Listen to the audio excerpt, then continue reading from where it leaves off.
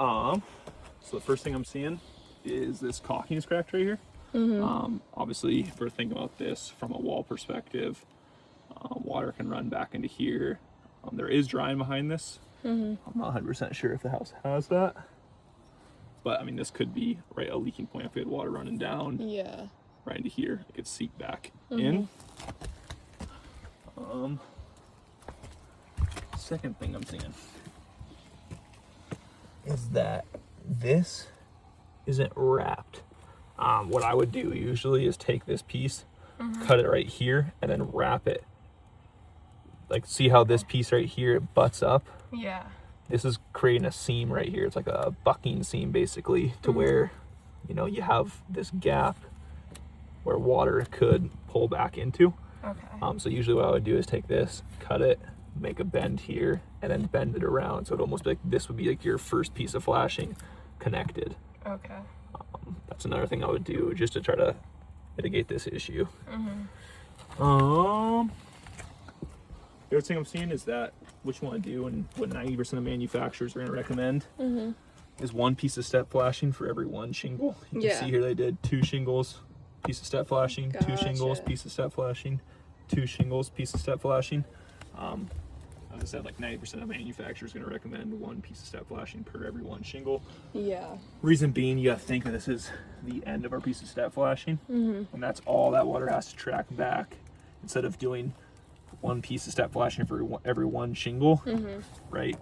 If this was a piece of step flashing, your shingle broke right here, that water would have to track all the way back to here. Yeah. A lot farther. Okay.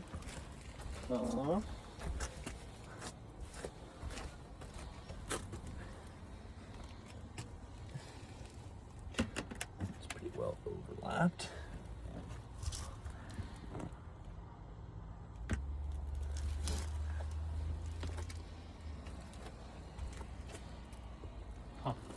There's another issue. So you can see right here, this piece of flashing doesn't come back behind the wall. You can see there, so there is drying on the house. You can definitely see a hole right here. Yeah. At least we know there's drying. Yeah, exactly. Let's kind of look at the siding here. If we're looking down below at the roof, we've seen some things, but what if there's something up above? That's another way to get in.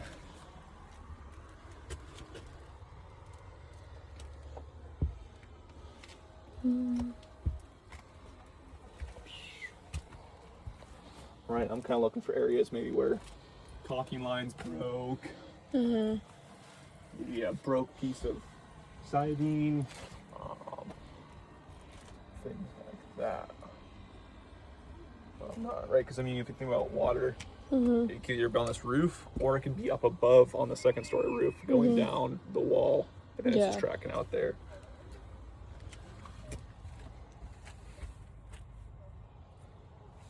Although the 2 things I would be betting on. Yeah.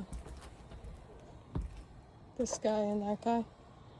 Yeah, and also of just with how low of a slope.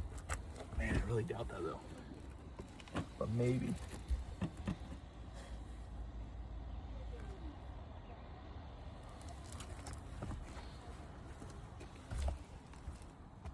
I was just gonna say water blowing back in, but I doubt that would happen.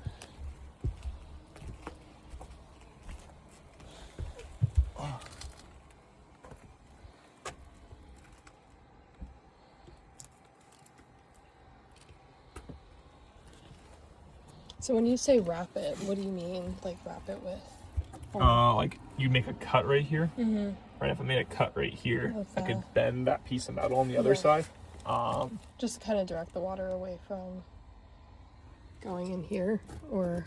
Well, it would eliminate that whole issue, right? Yeah. For in there, if you cut the piece right here, bent it, that would eliminate anything for any need of having that, right? I'm making it one fluid piece. It's not a break. It's not a transition. It's one fluid piece. Okay. Of material, what I can almost bet is that, I mean, possibly water running down, splashing right here. I mean, this seems pretty close to where she was talking about that water coming in. And this could as well.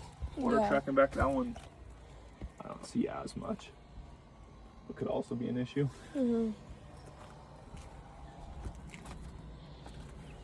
You can tell right here we've seen some water, right? Yeah. You can see how there's granules and like dust and stuff like Yeah. that.